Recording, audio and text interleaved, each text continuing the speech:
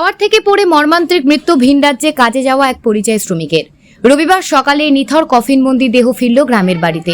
ঘটনায় শোকের ছায়া নেমে এলো পরিবার সহ গোটা এলাকা জুড়ে। জানা গেছে মৃত পরিযায়ী শ্রমিকের নাম মহিদুর শেখ, বাড়ি পুরাতন মালদা মঙ্গলবাড়ি অঞ্চলের মৌলপুর বাসাট্টা এলাকায়। বাড়িতে রয়েছে স্ত্রী, 2 ছেলে, 2 মেয়ে, বৃদ্ধ মা বাবা। বাড়ির একমাত্র উপার্জনকারী ছিল মহিদুর। গত কুরবানি ঈদের পর 21 দিন আগে বাড়ি থেকে ভিন রাজ্যে চেন্নাইয়ের পন্ডুচেরি এলাকায় টাওয়ারের কাজে পাড়ি দেন। সবকিছু ঠিকঠাক থাকলেও গত বৃহস্পতিবার টাওয়ারে উঠে কাজ করার সময় পড়ে গিয়ে গুরুতর আহত হন।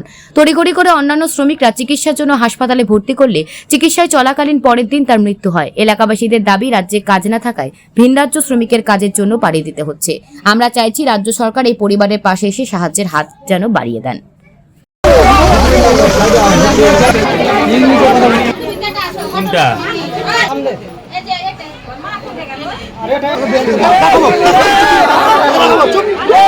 আমাদের এখানে মৌলপুর বাসাট্টা কলোনিতে একটা ঘটনা ঘটেছে যে এখানকার ছেলে একটা টাওয়ারে কাজে গেছিল, জায়গাটার নাম হলো চেন্নাই। আচ্ছা, তো কাজ করতে যে আমাদের দেশে এখানে কাজকর্ম নাই, তার জন্য বাইরে যায়।